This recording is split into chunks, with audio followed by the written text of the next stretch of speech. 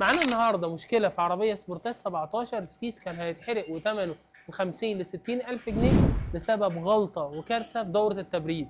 تعال نعالجها مع بعض ونعرف سبب المشكله وازاي نتخلص منها ونرجع الفتيس فابريكا. بص في العربيه دي ان العربيه خلطت زيت على الميه، يعني الكولر بتاع الفتيس ضرب، فبدات الميه تدخل جوه الفتيس فعملت طحينه.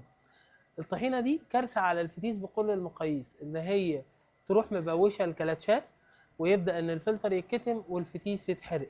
في اللحظه دي اي حد بياخد اكشن ان هو يحل الفتيس ويعمل له صيانه ويغير الفلتر ويسحب كل ده، ودي تكلفه او كوست عاليه جدا.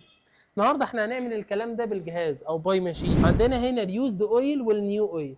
الزيت محروق وسيء جدا، هنعمل كذا دوره غسيل لحد ما نخلي الزيت ده زيرو، الزيت محروق خالص.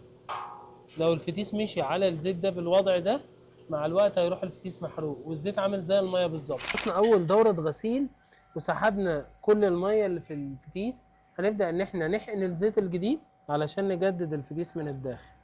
كده هنبدا نغير الزيت الفعلي. لو لاحظنا ان الزيت بدا يبقى احمر ماشي واليوزد اويل زي ما هو لسه محروق، هنعمل كذا سايكل كلين ونغير الزيت لحد ما الدوره كلها ترجع جديد. بفضل الله بدون ما نفك مسمار في الفتيس وصلنا بعد ما خلصنا دوره غسيل ان النيو اويل زي اليوزد اويل. بفضل الله جددنا فتيس العربيه الكيا بدون ما نفك فيه اي مسمار او نغير فلتر او ناخد اجراء يقعد معانا يومين او 3 عشان نعالج المشكله. كل ده اتحل في نص ساعه فقط. بس كده يا صديقي، دمتم في رعايه الله وامنه. السلام عليكم ورحمه الله وبركاته.